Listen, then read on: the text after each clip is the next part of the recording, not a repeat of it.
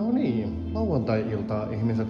Hei täällä ollaan Coverotakin treeniluolan käytävällä ja sieltä kuuluu musiikkia, soittoa. Avataan ovi ja mennään katsomaan. Pääsemme sisään juuri ja juuri.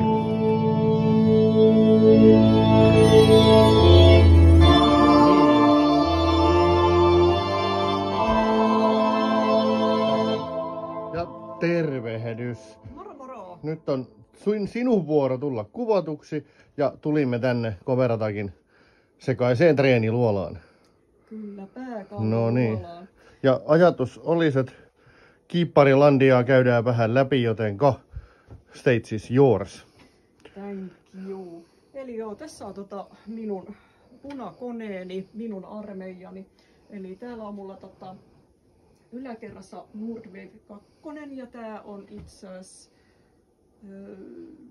viime keväänä hankittu. Mulla oli aikaisemmin tässä Roland Juno DS61 ja sitten mä vähän päivitän punaisempaa, koska en ollut ihan sinut se rolandilaisen kanssa. Mulla oli tää jo alakerrassa tää Stake 3 ja tää on vähän niin kuin mun käsien jatke, eli mä oon todella tykästynyt tähän laitteeseen. Mitä mä tästä äkkiä sanoisin? Tässä on ihan varsin hyvät urut, eli täällä on urkuosio täällä näin.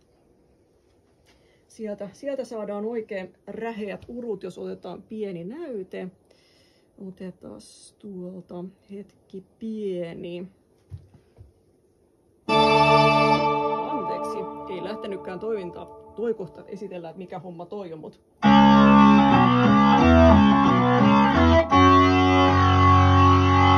Eli sieltä lähtee oikein kivat urut. Sitten tässä on pianosektio. Ja sitten täällä on myös syntsa-sektio. Ja täältä niinku täällä on sample ja sitten täällä on ihan perus ääniaaltoa, äänimuotoa. Sieltä saa ihan laitettua ja saa leijeröityä. Sitten täällä on pikkasen efektejä ja sitten täällä on ihan peruskaikuja, kompressoria ja muuta. Sitten mikä tää mun yläkerta on, niin tää on ihan puhtaasti syntsa. Ja tässä kanssa saa tietenkin leijereille ja on kans ehektiä, jos moneen lähtöön. Joo, mutta tässä äsken, jos sä Juha tuut, pääseksä kiertää tänne puolelle ollenskaan.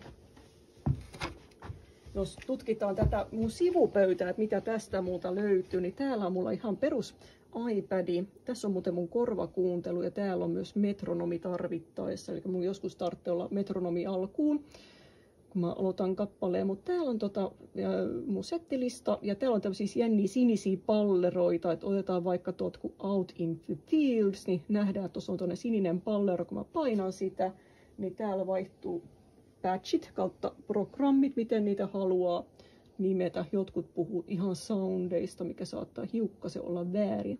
Mutta täällä on mun lunttilappuja ja täällä on itse asiassa yksi mun suosikkilunttilappu. Otetaan vaikka Holy Diver, niin siellä lukee eli mä tiedän mistä on kysymys. Ja tosta kun mä painan, niin vaihtuu. Ja jos vielä tossa kurkataan, niin tuolla on tommosia MIDI-käskyjä. Ja MIDI-käskyt lähtee tämmöstä USB-piuhaa pitkin ja ne menee tänne näin. Täällä on tämmönen, se on tämä punainen laatikko täällä, niin sinne menee USBina tosiaan MIDI-komento ja sit sieltä taas vastaavasti lähtee tämmösiä piuhoja pitkin tänne kiipparin takapuolelle MIDI in, niin eli tuolla on esimerkiksi MIDI in, niin se tulee reittiä. Ja tää kiippariltahan ei tule lähes sitten mitään ulospäin, eikä tää on torpattu, eli me on menty täällä vähän vanhemmalla, miten voisi sanoa, vanhemmalla MIDI-kytkennällä. Mitäs muuta mä äkkiä voisin sanoa? Kiitos Apple valkoisista piuhoista. Tää muuten sitten loistaa kuin taskulamppu yössä. Eli miksi pitää olla valkoinen? Mulla kaikki muu on täällä mustaa. Ainakin siihen pyrkinyt. Sitten mulla on täällä pedaalilauta. Kyllä kiipparistellakin voi olla pedaalilauta. Ja Täällä tosiaan löytyy 2 sustain-pedaalia. Tästä on itse asiassa ollut vähän keskustelua erinäisten kiipparistien kesken, että miksi olla 2 sustain-pedaalia. No, mä näen tarpeelliseksi sen, että mä voin toisen jättää soimaan ja toinen ei soi. Eli ihan tarkoituksella, vaikka minulla on vain 2 jalkaa, niin mä pärjään kuitenkin 3 pedaalin kanssa oikein vallan mainiosti. Niin tosiaan mulla on erikseen sustainit. Ja mikä tässä on, niin tämä on ekspressiopedaali, eli tuossa mitä aikaisemmin kerroin, että voidaan leijeröidä noita soundeja tuossa, niin mä voin tällä kutsua jonkun, esimerkiksi leijeröinnin tai jotain muuta, vaikuttaa volumeen tai mitä ikinä, eli mitä nyt ekspressiolla saadaan aikaiseksi. Kyllä, kyllä. Mitäs äkkiä muuta mä keksisin? Eli tässä mä oon koittanut saada johdot siististi nippuun ja no, tämähän laitos on minulle äärimmäisen rakas, hyvin rakas. Minun mussukat ja mennäänpäs katsomaan, otetaan tätä mun pöytää vähän sivumpaan. Mennään katsomaan, miten tämä mun laitos matkustaa. Eli isot kiitokset Biltemalle hyvistä nokkakärryistä. Nämä ovat maksaneet noin 50 ja ovat kestäneet jo pidemmän aikaa retuutusta ja vaihtopyöriä onneksi saa, koska molemmat pyörät on jo kerran vaihdettu. Ja sitten tässä on 10 euron kuormaliinat, mutta sitten sokerina pohjalla tämä minun pituinen keisi on Aura-audiolla teetätetty ihan minun piirustuksien mukaan. Eli nämä kaikki tässä oikeastaan, kaikki keisit mitä mulla on, niin on Aura-audiolta kotoisin ja olen ollut aivan äärimmäisen tyytyväinen.